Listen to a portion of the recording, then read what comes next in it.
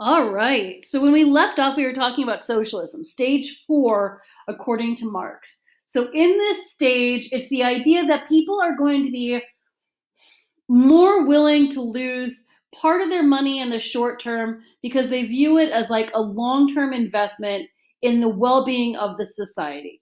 And I know that some people right now in the US will say that that's awful. And again, it's completely up to you whether you like that idea or not, or whether you even think it's possible or not, right? Militarily, the argument here is going to be that the military is going to decrease. You needed a strong military in stage two. You needed a strong military in stage three. In stage four, you don't need as strong of a military because one, there's less fighting for land and resources, right? People are sharing their wealth and their power. And the government is involved in this, but people are buying into the mentality. And because you're trading with other countries more freely, also, other countries will be less likely to attack. So there will actually be a start of a decrease in the military. You do still have money in this stage, but other things are considered wealth as well. So where again in the U.S., money is like the tangible expression of how wealthy you are, right? Like how much disposable income you have, how much can you buy, what are your assets. But in a socialist stage, according to Marx, you're going to look at stuff like your resources as a type of wealth. Your citizens are your wealth, the happiness and well-being of your citizens. Um, Sometimes countries will actually combine their currencies in order to make their trade more equal. We have seen this with the European Union, where so many of the European countries, they buy, if they're in the EU, they use the euro for their currency instead of their domestic currency. So again, that's 100 years off from where Marx was writing. He was predicting this would happen. We've seen it happen. Now, has it been successful? Well, you guys just witnessed Brexit, if you were paying attention to the news, where Britain left the EU. So certainly for some people, the argument there would be, well, clearly socialism doesn't work. Britain backed out, right? That's for you to play with on your own. Is it Britain? Is it socialism doesn't work, or is it that Britain isn't actually a socialist? There's two ways to look at it depending on who you're talking to. Ultimately, here though, the goal is to decrease the disparity between the social classes. Disparities like the wealth differences. So in a capitalist society, you've got the very rich, you've got the very poor, and then the people in the middle, they're splitting the middle, but there's a lot of a difference between what a frontline factory worker makes and what the owner of a factory makes. And the goal here would be like, why is there such a huge difference? Maybe that should be closer to the same. So the primary goal here is like the well-being of the society. That's why it's called socialism. Fairness, pushing towards equality. It's not going to be fully achieved, right? It's not going to be everybody's equal, but it's working towards that goal. Are there places like that today? Yeah, like I said, a lot of Europe is considered socialist, or they would be considered socialist by Marx. In terms of does that work or not, that's completely up to you. Canada, for some people, is also socialist. Stuff like universal health care, or the idea of like college is not as expensive or even free in some places. Like those would be like easy to grab signs of, oh, I'm talking about a socialist country. But again, how socialist are they? Are they just touching socialism? Who knows, right? I mean, you have to think, if stage one is cavemen, how long were people cavemen before we got the ancient Egyptian empire, right? That's a long time. How long were people in stage two? Well, ancient Egypt through the French Revolution. That's a long time, right? Thousands of years. How long were we in stage three? Well, at the point where Marx was writing, only 4 countries had been in it, and the oldest was for 50 years at that point. So the idea is like, these are supposed to last real long. We said there's societies that are still in stage one, right? And so, the idea of like, oh, well, it's a clean break and you can easily tell when you're in one stage or the other. No, not really. It's a gradual, very over time type of process. But if that's stage four, then what is stage five? Well, clearly the word communism has to come from somewhere. So that's stage 5, right? We reach stage 5, the communism stage, when government is no longer needed to redistribute resources. People have gotten so used to sharing resources, they just will do it with or without the government telling them. You don't need it, so you don't need government. Now, right there, a lot of people get real nervous. They're like, ooh, that's anarchy, right? Without government, think of all the laws that will be broken, XYZ. That's a capitalist perspective, though, right? According to Marx, we will have evolved, we will have reached like our old people version of society.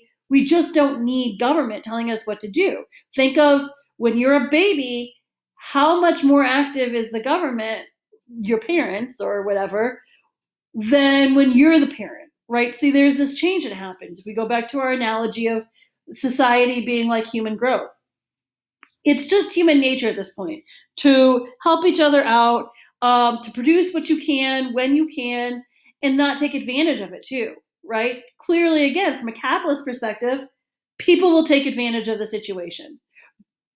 But again, that's a capitalist perspective. Oh, okay. There we go. Sorry. So in communism, the easiest way to picture how Marx thinks communism could happen is a huge pot in the middle of town. One person is great at growing carrots. He'll grow as many carrots as he needs in order to survive. Excess carrots will be placed in the pot. Another person wants a carrot. They go up to the pot and they take what they want from those carrots.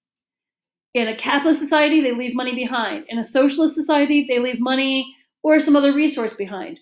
In a communist society, they don't have to leave anything behind, right?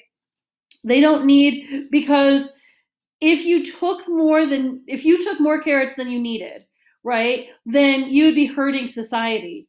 And you don't have to put anything in the pot, because at some point down the road, you will help out somebody and they'll be paying it forward in its own way. I know. I know it's really hard to picture this. You're like, oh, heck, if there's a giant pot in the middle of town full of stuff that I need, why would I work really hard when I could just go take it out of that pot? Well, some people have that idea in a capitalist society, and that's why some crimes exist, right? Why work real hard when I can just go steal it? Well, because other people are like, no, we don't want to steal. See all these different viewpoints? That's the same stuff here. It's just in this other hypothetical type of way. So in this society, there's no government, there's no money as you think of it, there's no social classes. This is one where everybody is supposed to be truly equal. There's no borders.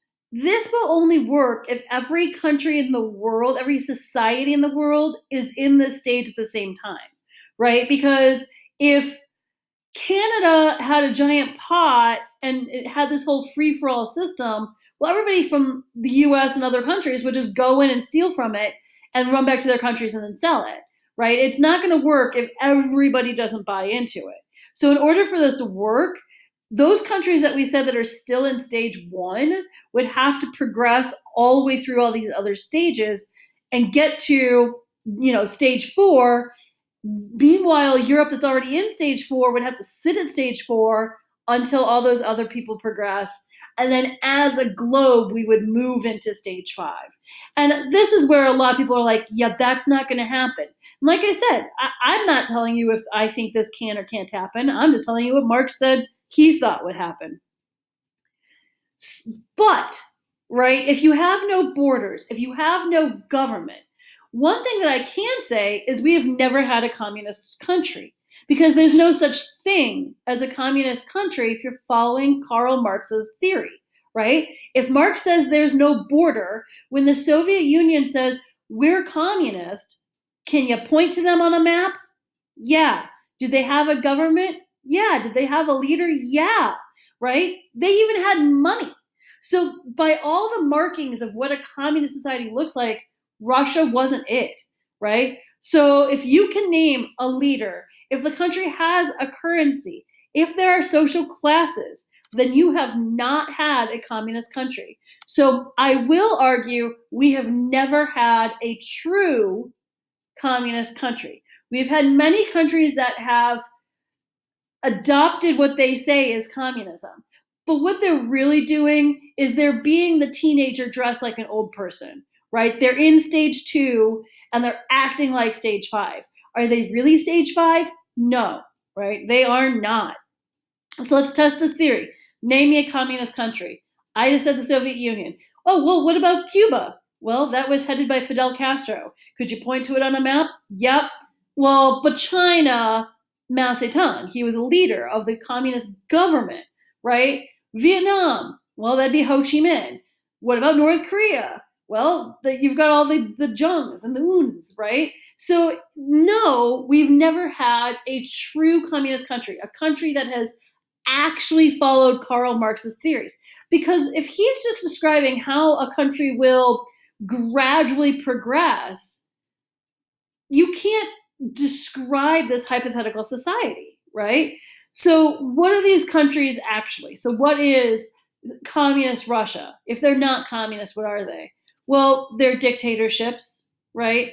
That's really all they are. They're actually stage 2.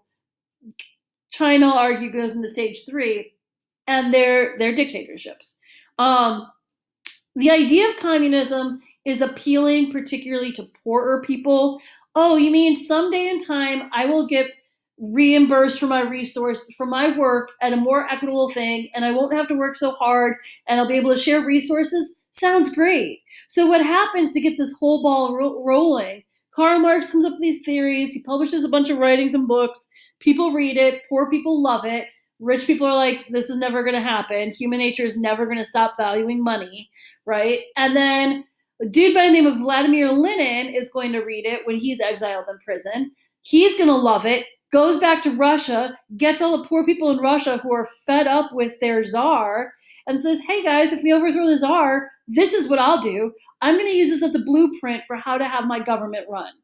And so he tries to take them from 2 and shove them into 5. Well, it just collapses. When he gets to 5, he realizes, oh, wait, I skipped a bunch of steps. Let me go catch up on all that. And so they'll do stuff like collective farming, and they'll do stuff like forced industrialization. And so what he's trying to do is move them rapidly through this process.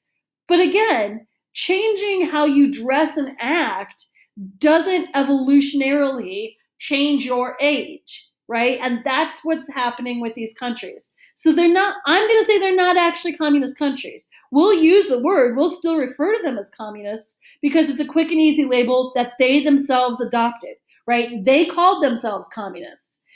Did they know that they were wrong? Yeah, probably. The leaders probably did anyways. But if you're a leader of a country, if you're a president or whatever, and you're like, I want there to be communism.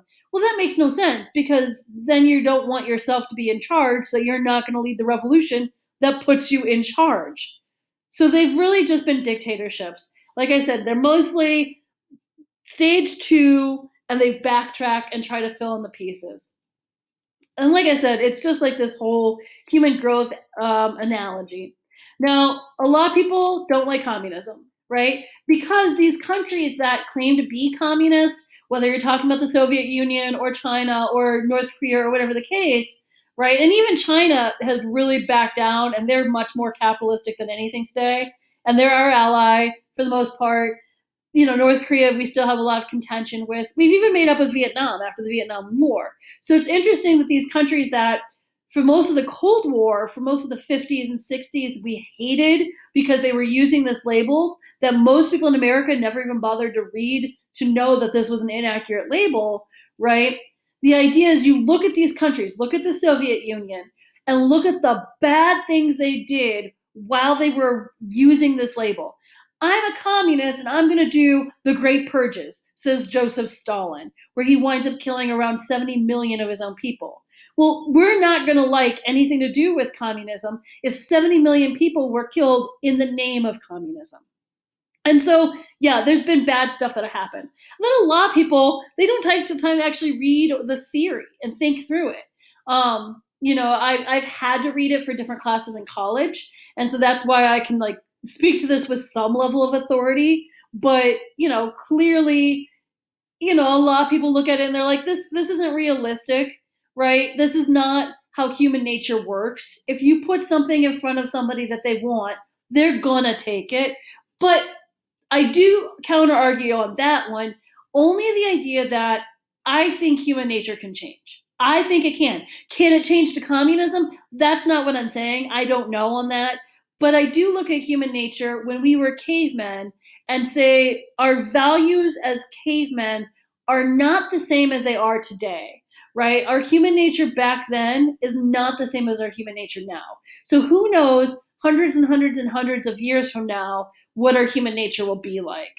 And like I said, I'm not saying that, oh yeah, communism can happen, just give it time.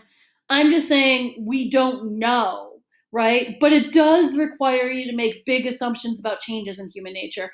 And that's why I understand that it's hard for people to kind of wrap their head around it and embrace it. And that's fine. I'm not asking you to embrace whether you like communism or not, because like I said, I'm not even telling you whether I like communism or not. All I'm doing is presenting to you the accurate thing about these theories, these political theories that exist. You form your own opinions. You're completely entitled to it. If you think this is stupid, well, fine. It hasn't worked yet, right? When people are like, oh, communism hasn't worked. Well, true communism hasn't and can't exist if it's going to for quite some time. So just kind of when we're going through the next couple of chapters and I start calling people communists, just kind of keep in mind, I'm not meaning that they're true communists. They're not Karl Marx communists. They are Vladimir Lenin communists or Ho Chi Minh communists or whatever the case is. They're communists as it's self-serving, which in and of itself is not communism. But at least now you have a little bit better idea of what is communism and you can better form an opinion. And with that, I will let you ponder these deep thoughts of human nature. Enjoy and have a good day.